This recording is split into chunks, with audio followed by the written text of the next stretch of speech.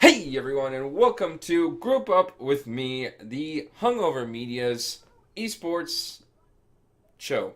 Yes. This week we're talking about some Overwatch League Stage 3, Week 3. We're going to dive deep into what's happening. Preview joke for what's coming up ahead. And my name's Yvonne, aka Comrade Boyer, over there. I'm Julien. Welcome to the show, everyone.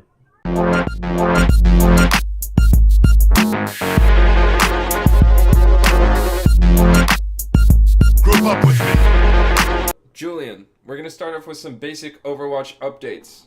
Yes. Guess what?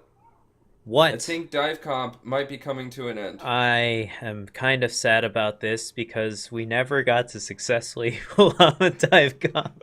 I know. We're Because we not suck. really ready for that kind of comms and all that other stuff. Yeah. So, what's happened so far with the updates that we've seen? May and Reaper have gotten buffed. May can now freeze multiple people with her standard click. Yes. And Reaper has some buffs to his, including being able to come out of Wraith form at will. Yep. And that is great. and the speed boost has returned to his Wraith form. Really? I didn't know that. Meanwhile, Zen and D.Va got nerfed, so Zen's secondary orb fire is 15% slower, and D.Va's micro rockets received a 22% overall damage nerf. Well, I mean, the last thing we need is in our SR anyways, is people being dissuaded from picking a healer. I mean, come on. That is really great. Another healer that they don't want to play. All right, well, fine. I was just picking up Zenyatta, and I'm really not happy about this. Apparently, he's going to like you said, his volley of charge shot is going to be 15% less. No, sorry, 50% slower. So it's going to be much more difficult to get to snipe like Jay Jonak does in the Overwatch League. But luckily for him, he's playing on an old patch, and he doesn't have to worry about this shit.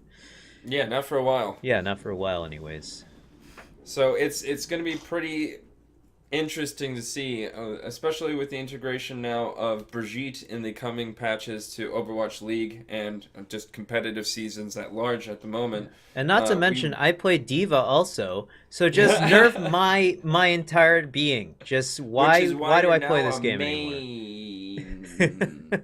Yes, exactly. But yeah, Brigitte's coming in. I can't wait. I'm actually excited for that. Yeah.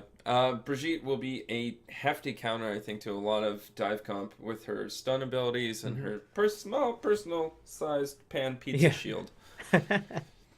I like that she's a pretty decent counter to Reaper. Unfortunately, it can be difficult at times to defeat a Reaper unless you're all focusing on him. So it's nice to have the option to stop his just holding down W and holding down left click at the same time. That's just how a lot of people play him in our SR, and sometimes it works. And that high skill venture there. But now we've got Brigitte, who can use all of her abilities at once on him, and then hopefully he'll be half health and someone can take him out from there. Or at least he won't be able to wraith out as far away as he plans to. Another secret buff that came out, which people didn't even see at first because they were so focused on the May and Reaper, Zen, and D.Va stuff, was Hanzo's buff. Yeah. Scatter arrow, more likely to kill you now. Yeah, because they're going to be able to use it more often, considering they nailed the cooldown time from 10 seconds down to 8 seconds. So now Hanzo is that much more deadly. It's as if the scatter arrow wasn't good enough. It's such a good everything ability. I've always wanted, Julien. You know, we should all be Hanzo mains. Yeah. That. In other news, specifically leading into Overwatch League news, we've got some pretty strong and fast changes coming to what other team but the tumultuous Dallas Fuel. What happened this week, Julien? The Dallas Fuel had two things going on with them as if they hadn't lost half. They're like the Trump cabinet, honestly, because they're just losing all of their players, and now they're even losing their coach. KYKY is fired. Is that how you pronounce Yep. it? I'm Yeah, it's guessing. KYKY is gone. He's gone, and Rascal has been let go. I do not know exactly why. I think you might know a little bit more about that, but There's been a lot of news recently about Rascal not gelling with the team as much. There was that news report a while ago that he didn't want to play, and that's why they had to AKM on Genji during one of the league mhm. matches. He didn't fit culturally with the Western style Dallas Fuel.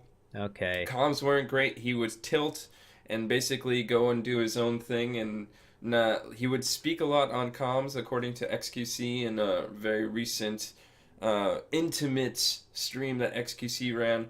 He claimed that Rascal would speak a lot on comms but not listen a lot. So maybe it was just non-culture fit, and the mechanics weren't there to overcome it, and then you just get a lot of tumultuous things and a lot of personalities that you have to adapt to on the Dallas Fuel. So it didn't It work out can, necessarily for everyone there. yeah, and it can be a difficult situation. I mean, a lot of these guys are young men. You know, they're all 18, so it's really one of the first jobs they've ever had, probably. I'm guessing, and that's a time when you're growing up. You know, I remember when I was 18 is a rough time. All right, so I mean, it can be different, and he's coming to a new land. He's never, I don't know if he's been here before, but it's just a culture shock thing, and he's being forced to play a game in a situation and a way that he doesn't want to. But then again, you have to take in the fact that he signed a contract. You have to understand that he's legally bound in some form or way to play this game for this team, and he should respect that too, I think. But I guess he tried as hard as he could, and it's just not working out. So I don't know. Well, this is another case like we've seen in so many different sports and esports of a talented player moving fast between teams. So he started the season, as we remember, on the London Spitfire, was transferred to the Dallas Fuel for quite a pretty penny, Mm-hmm. and is now let go out of that contract. So we'll see where Rascal ends up. This is on the back of both Coco and Taimu talking on stream about, do they see themselves with the future with the Dallas Fuel.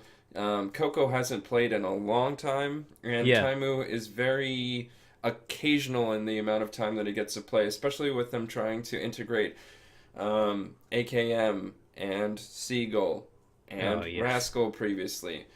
And so it's been quite a difficult time. They even tried Taimu on main tank, so he got some time in scrims, but I don't know exactly how it's going to all pan out. But this is a team that's in a lot of turmoil. Yeah, I wish them all the best. You know, I really liked watching them play, and I still do. It's always fun to see Siegel play. So I'm glad he's getting more time on screen, and I hope they figure their shit out because they're gonna need to if they want to win the league at all or have a good standing. And speaking of standings, we've got our stage 3 standings right here. As you can see, it is the fact that Dallas Fuel is middle of the pack, but it's a weird middle of the pack because there's just a bunch of teams that Yeah. haven't been doing well this stage. I think most surprising is London Spitfire Oh and Houston man. Outlaws are down there with 1-3, the same record as Dallas Fuel.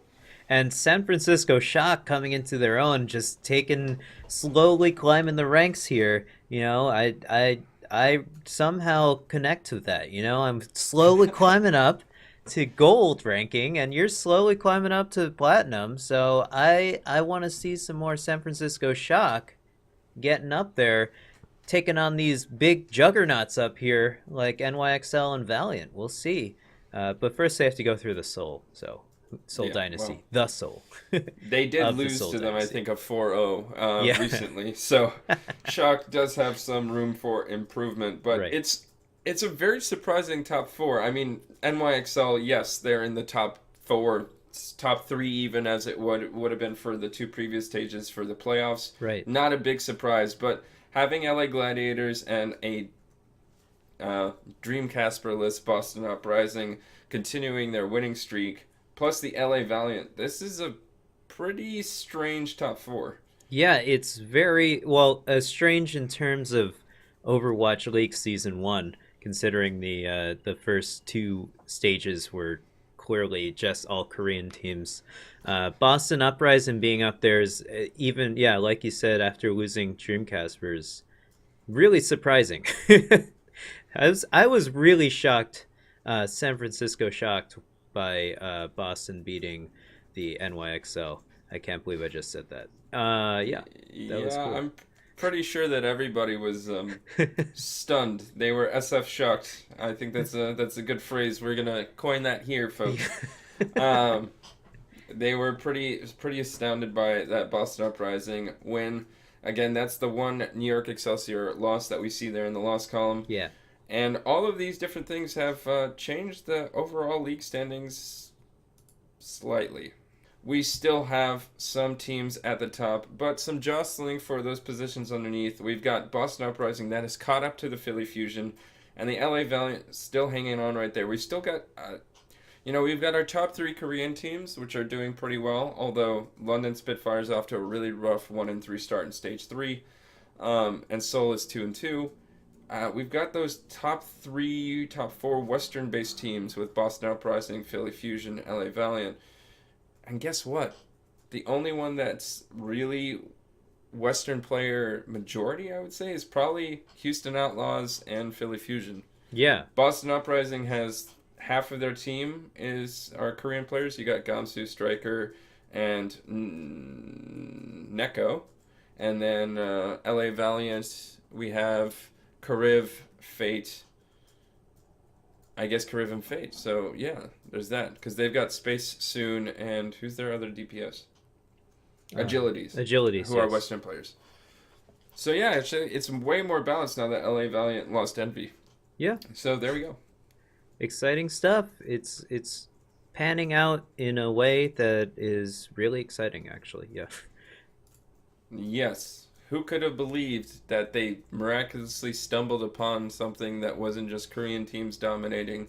NYXL has lost like 3 times in the entire league. Yeah. Versus everybody else. Speaking of those Korean teams and that SF shock game that or the game that left you SF shocked. Oh, yes. I have a specific segment called Julian's Juicy Comp. Run the intro.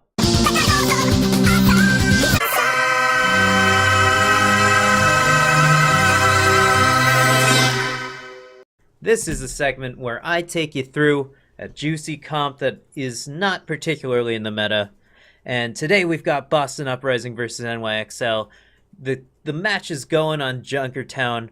It's 1-2. Map 4-4. Boston has to bring something out to win the game. And look at what they did. They had their Widowmaker. Clearly Widowmakers run on point 1 usually. But they decided to go triple tank. Now, this is an interesting comp because they have Orisa, Roadhog, and Orisa Roadhog is standard, but they also decide to run the Diva in there to pretty much negate any of the and keep the shield alive much longer. And they decided to also run Striker on because Striker is not a healer, so they decided to run Striker on Junkrat so he can flank around, as you see, and try to get some damage on the healers, and that leaves just 1 slot left for healing. So they decided to go with Mercy in there so she can get some quick reses. She also does a lot of healing as well. She's still a good character, all right, guys? Just pick her. And so this is a really interesting comp to me. I'm really surprised they didn't run a second healer here. We don't typically see this, although Boston had to bring something out to surprise NYXL, and it really, really paid off. Yeah, I think the other thing that we wanted to highlight is Mistake's a good DPS, but again, he hasn't been integrated into the full scrims for that long, so it might have helped the whole team to have that extra damage through Neko on that Roadhog, plus and the Junkrats, rather than the Tracer for more consistent heavy burst damage to bring down what was expected to be a tank-heavy defense by NYXL. It was pretty surprising and pretty effective, and I think it was a good one to highlight. Julian. Yes. Your segment, I don't want to be stood up or shown up. There we go. Not stood up. Nobody wants to be stood up, but I don't even want to be shown up by your segment. So I'm going to run my segment right now. Yvonne's important question.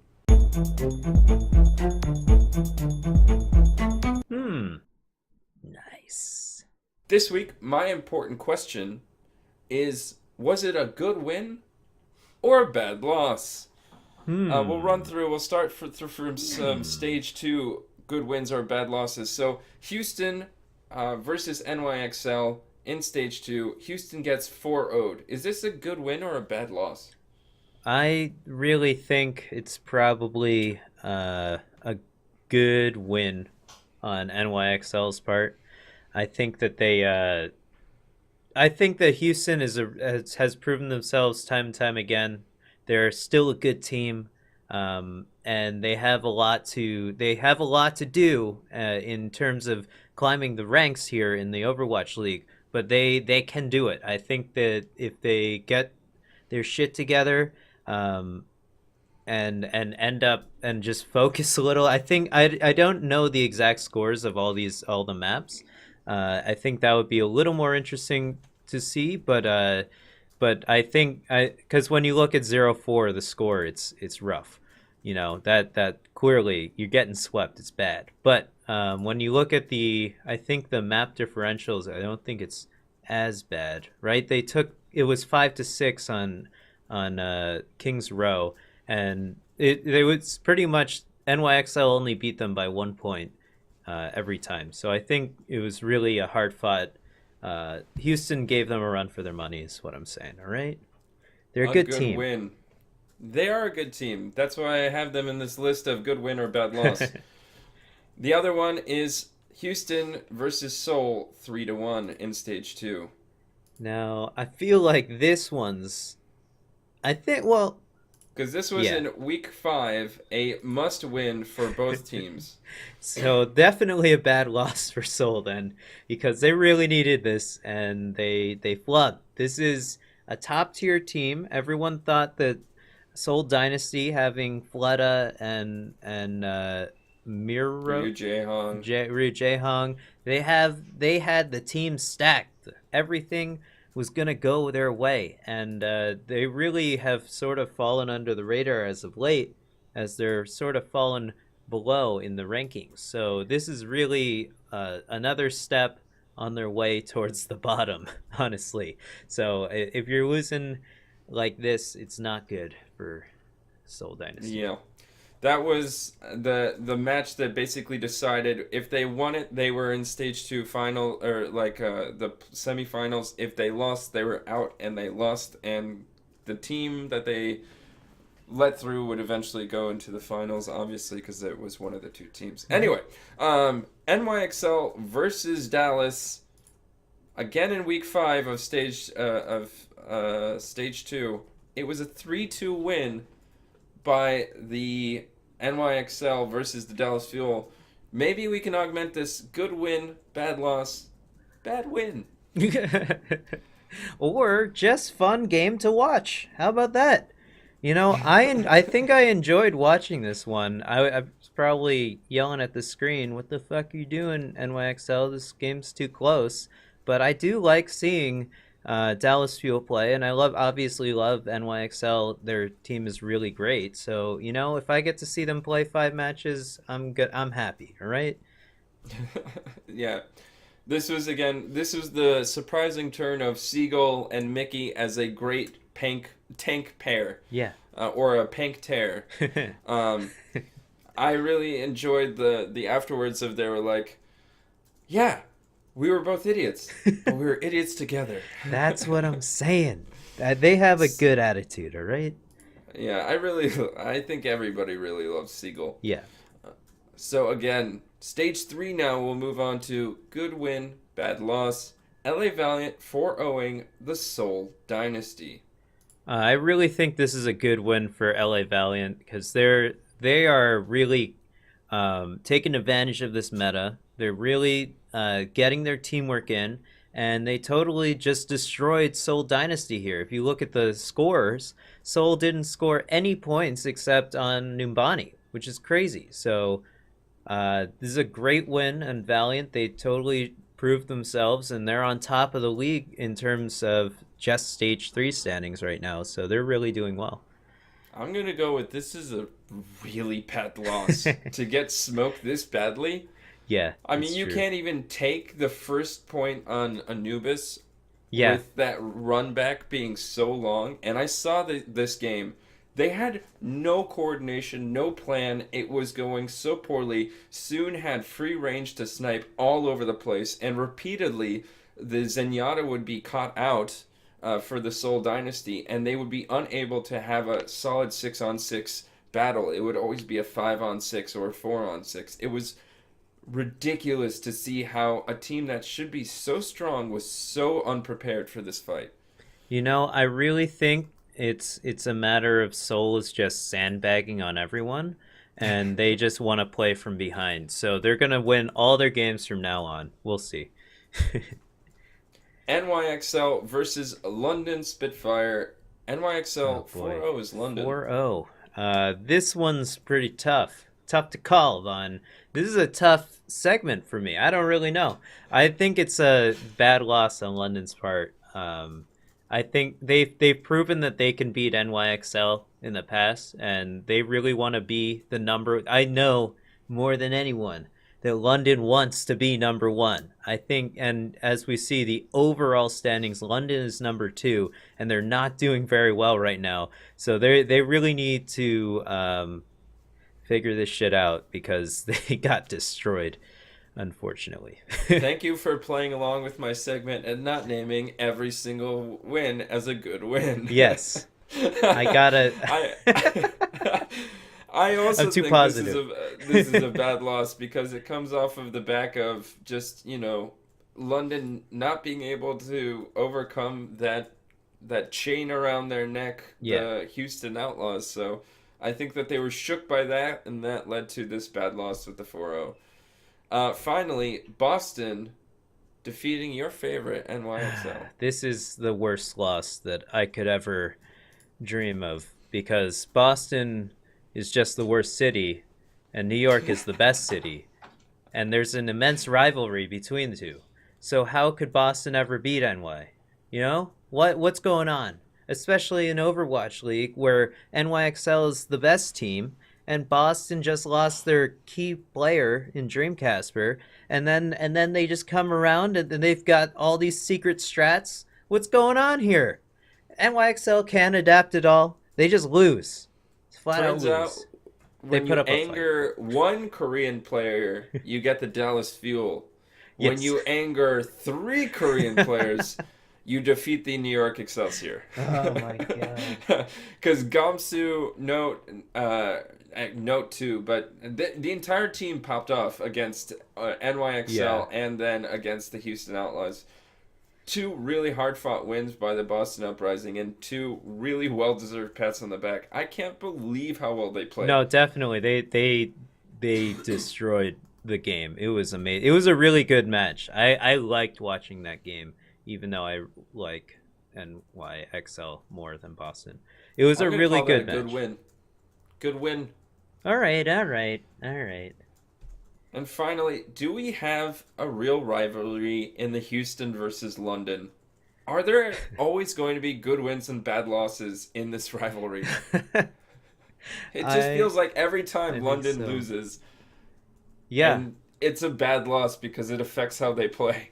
Yeah, I know. It's really. I think they're all bipolar on London. They take these losses to the extreme, and they don't know how to cope with coming back and having to deal with the next match, and then they just go down and spiraling garbage fire, and they're going down. It's not good. Let's just see here. They won against Houston. The London Spitfire beat Houston in the Stage 1 playoffs. Yeah. And then they went on to beat NYXL. And then they beat NYXL again, despite losing to Houston again in the same week. But then they lost to Houston a third time, and then they got 4-0'd. Yep. I'm telling you, it's a downward trend, all right? It's not working out. And Julien, do you know what is a trend that isn't going to keep going down? No. Having this be our second take doesn't reveal that you already know what the next segment is. What's going on? I don't know. It's our Players of the Week! Yes! Woo! I always keep it fresh in each of my takes. Julien just gets upset that I fucked it up. So, our player of the week, so we're going to start out with Julien.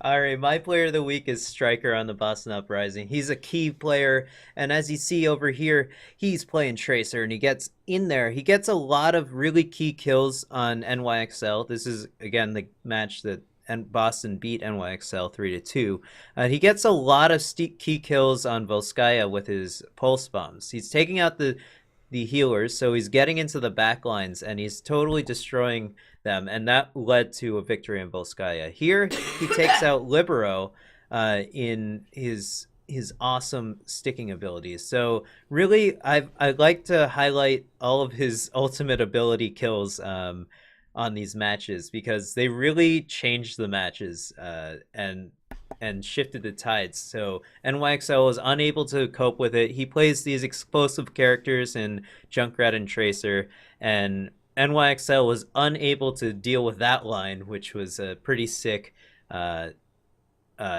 Riptire, which totally destroyed Jonak. It was awesome. And then he gets a double kill here and leads them to victory. It was a good match. I would have highlighted like basically the entire Boston Uprising this week in terms of our players of the week. Well, you asked me to pick one. I had to pick I know. I know. Tracer, Striker. Just a little behind the scenes, back of the door baseball. That's not how you say that, but inside baseball is what I'm trying to say. I was like, who are you going to highlight for your player of the week? I was going to highlight a Boston Uprising player, and Julien goes, yeah, me too. I go, damn it! It was one of those things in which both of us wanted to highlight our favorite player from the week, and it just so happened to be that we really enjoyed how Boston Uprising really fragged out this week. It was awesome. So my player of the week doesn't come from Boston. My player of the week comes from one of my favorite teams, the Philly Fusion. It's KYKY. East Coast, represent. KYKY is an amazing DPS player. And the thing that I love about him so much is that his player pool has expanded a little bit now because they have Snillo and EQO. Yeah. So he's not just stuck on that Tracer anymore, because he can, as you can see here, he teams up with Snillo on that Tracer or EQO on Genji, and it allows them to expand the pool. You don't see him only stuck on Tracer or that Widow coming out only once in a while, for instance, on Ruins on Ilios. There's a lot more freedom for him to play, and he's been doing a lot with it. He's been making sure that his team is going forward in the most progressive way possible. They're winning these hard-fought wins. They beat this week the Houston Outlaws and the London Spitfire in 2 5-map matches. So that's 3-2 on both times, and we even saw him play Zarya against the Houston Outlaws, and that was kind of a new one for me to see him play, because usually it would be the other DPS playing the tank and him playing the Tracer. But he got to play another tank, which was awesome to see. So you get to see how he frags out on all these different DPS characters or DPS-oriented tanks like Zarya, and it was pretty impressive, I have to say. Yeah, KYKY's a badass dude, man. Don't fuck with that guy. He'll kill you. Never. In the game. Never fuck with the KYKY. Carpe diem. So, speaking of KYKY, I'm nominating him probably as one of my candidates for Season 1 Overwatch League MVPs. And I think we've got a few that we really, really liked. One of my favorites is KYKY. His DPS play is outstanding. It's out of this world. He's often the one that basically wins team fights alone. Mm-hmm. And we see that he's been paired with Shadowburn, with EQO, with Snillo, and still he stays strong as a mainstay in that roster. I think they build the team around his capabilities a lot of the time, and that just means that he's one of the most important players in the game. Yeah. He's awesome. I can't disagree with you. I think KYKY is an incredibly explosive and deadly member of the Philly Fusion, and really I think he needs to be focused down. So if you want to beat the Philly Fusion, you gotta pay attention to where KYKY is, because on Widowmaker he's so amazing. he's always finding these crazy lines, and he's really well supported by his team. So it's actually very difficult to take him down because he knows where he has such a good sense of where you're going to be or where the opposing team is going to be, and consequently also where his team is. So that's really why he's so good on DPS. For sure. Another one of these players that I think that is so good on DPS based on knowing where their positioning is, where the team's positioning, and which has kind of almost the same player pool as, or character pool as Carpe, is your favorite, Sabiobi. Yeah, Sabiobi. He always finds out where those healers are, as they're usually in the back line. But really, his game sense and ability to make decisions in chaotic moments, as tracers need to, because they only have 150 health, so they need to get in and get out of a fight. So they need to take advantage of those situations because they can only do it so many times. So they need to get into a fight. They need to identify the key threats that they need to take out. And if your team is relying on you as tracer to come in, take out a threat, and then get out, and then so your team doesn't really have to deal with healing you up or protecting you, because that's really tracer's sort of a hit and run character. Sabiobi specializes in that, and I think he's one of the best, if not the best tracer in the league. Yeah, and definitely he specializes on winning out some of those supremely tough tracer versus tracer battles. Yeah. Which leads me into another one of your favorite players that's also a strong candidate for the MVP and is consistently winning some of these tracer battles. Jonak. Jonak is not a tracer battle, but it's a Zenyatta tracer battle because he will only play Zenyatta. So he doesn't have, unlike Carpe, he plays Ana.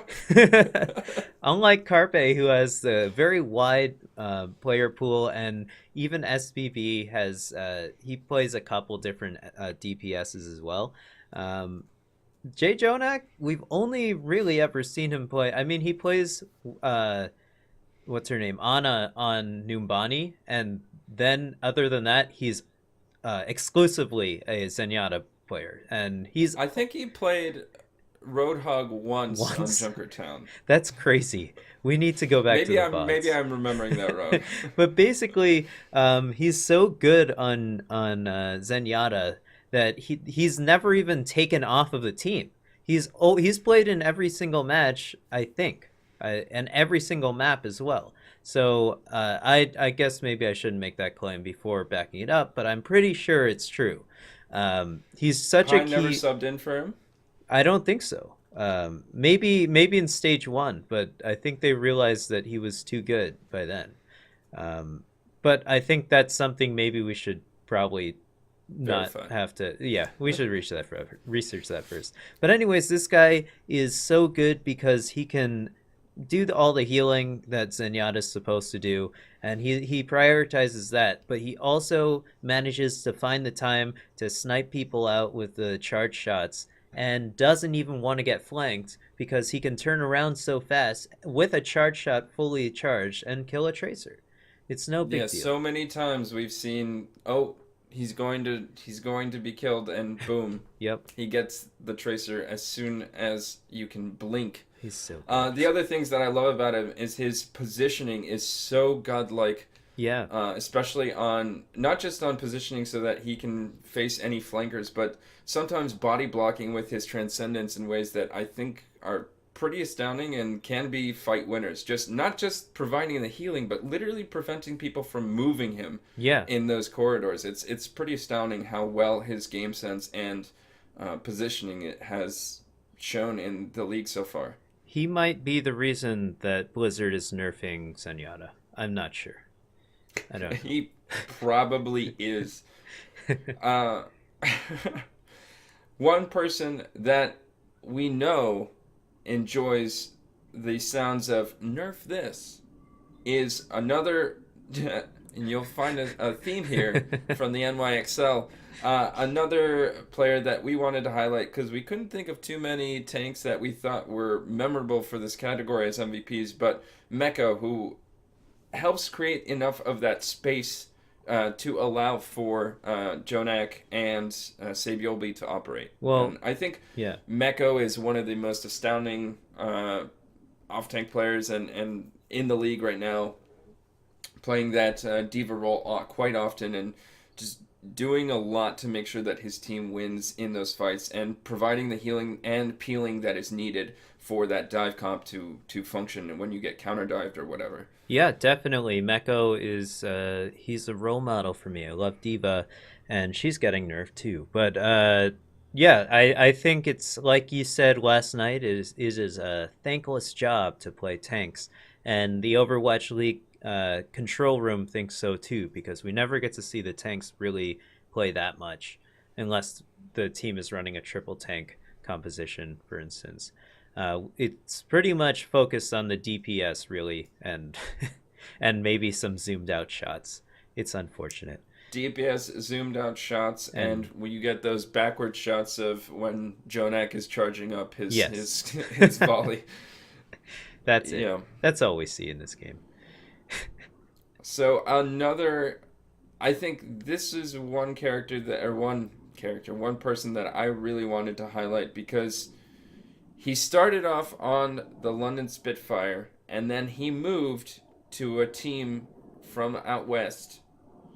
And no, it's not Rascal on the Dallas field. This is Fissure, who has probably been the most game-changing signing that we've had so far in Season 1. And he took the LA Gladiators from a team that was okay but not great to on the verge of being a top-tier team. They broke through and almost got to the Stage 2 finals and are poised to be in the Stage 3 playoffs. I'm pretty astounded by the improvement that the Gladiators have had, and I think that a lot of that comes around the play of Fissure. Yeah, I mean, I think signing a tank can really change your play, especially I believe Fisher is a main tank, if I'm not Mm-hmm. mistaken. Especially a main tank, and I would assume shot caller because he plays Winston and player and characters like that. So he's really leading the team in the charge and then coming back and protecting the team as well because that's what your tank does. So I think really the tank is one of the most important roles I would say in Overwatch. I know we give all the glory to these tracer players and things like that, but and the widow players, but really I think without a good tank, you're gonna get shut down as tracer or widow no matter what. So especially in this league. And a Widowmaker that blows my mind, as well as the opposing players, and sometimes even a tank like Fissure, is Linkser. Yes, Linkser is really awesome, as we can see in the background here. He's always he's keeping himself safe. He knows what he's doing. I don't watch for some reason the Houston Outlaw games always end up being at a time of the week where I can't watch the games. But whenever I get a chance to watch their games, I'm always astounded. Like, wait, which team is this? Who the fuck is this Linkser guy? He's so good. Damn. Yeah, Getting all the his sick aim kills. is crazy good, Yeah. and his character pool has been forced to be massive. Yeah. He's been forced to play anything from Tracer to Genji to Widowmaker to McCree, a little bit wider than any other of the like specialty Tracer Widowmaker Yeah. um, player pool or character pools that you see like Sabiolbi specialize in or Carpe, and he's been forced to like change all these despite not necessarily being a Tracer player first off. So his Widowmaker especially is one that I've found to be astounding. There was in the last stage we saw the game against Seoul Dynasty. Everything's on the line, and Linkser just pops off, kills 3 or 4 Seoul Dynasty right on the port on Gibraltar with his Widowmaker, and he was astounding. I was trying to find clips to find how Carpe was doing in this Philly Fusion versus Houston game, and I was trying to find all of his Widow kills, and then I go, okay, that's a Linkser Widow kill. Okay, that's a Linkser Widow kill. Okay, Did I highlight the wrong player this week? So I think that Linkser is one of the most astounding hit scan players that we have in the league, and he does incredibly well for his team. Yeah. Cool. So those were our MVP candidates for season 1. We'll see how it shapes up. Again, we've got some time left before that MVP is solidified. We'll see how the rest of stage 3 goes and how a changing meta really will develop, especially if we can get those counter dive patches through into stage 4, for instance. So, Julien, Yes. we're not thinking so far ahead into stage 4. Right now, we're just thinking about what's happening this week. What is your game that you wanted to highlight for this week? For this week, I have highlighted the Battle for LA. The first match of the week, it's coming up on Wednesday, April 18th, tonight, as this video airs on Wednesdays. This is going to be the match of the century. No, it's going to be a good match, though. I think I'm really excited for this match, considering if you look at the Stage 3 standings, we have the Gladiators in 4th and LA Valiant on top. So if the Gladiators want to get above NYXL and Boston, they're going to have to, I think they might as well take the highway and take the express route. Might as well just take out the top while they're at it. So I think this is going to be a really close match. I'll probably be eating my words when I say that, but we'll see. Valiant has been on a roll lately, but I think the Gladiators have something for him. I think it's going to be a 3-1 in favor of the Valiant. I think if we look at the map pool and see just how well the LA Valiant have played in this stage, I think the Gladiators are surging, but the LA Valiant are transcending what it is to be this team on this level. I think their new additions have really come online really well. Costa is a great all-around. He thinks well, he communicates well, he's consistent in his play, and then you've got Super on that main tank role. I think it's going to be a really tough match, but I think LA Valiant will come out ahead. That's my prediction, 3-1 LA Valiant. Mm-hmm. Exciting stuff. And so, my game of the week also happens to be an LA Valiant game. I'm going with the LA Valiant versus London Spitfire on Saturday at 4. I think this is the match of the week for me because it'll decide whether or not London will be in the top 4 teams and whether LA really is as serious as they are. So the London Spitfire are playing 2 very tough teams this week. They go up against Boston Uprising and LA Valiant. LA Valiant is second, so it's really Sophie's choice as to which team they're preparing for more. As a Korean team that has a lot of work ethic, I'm sure they're preparing for both equally.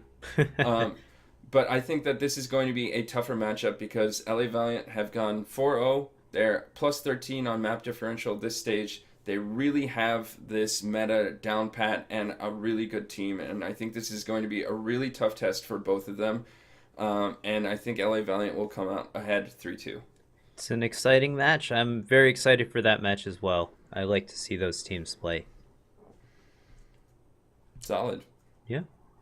All right. Thank you so much for tuning in this week to Group Up with me. Again, we come out every Wednesday as close to 9 o'clock as I can make it with the editing process. Whatever. Thanks for tuning in this week. My name's Ivan. I'm Julien. Thanks for watching the show.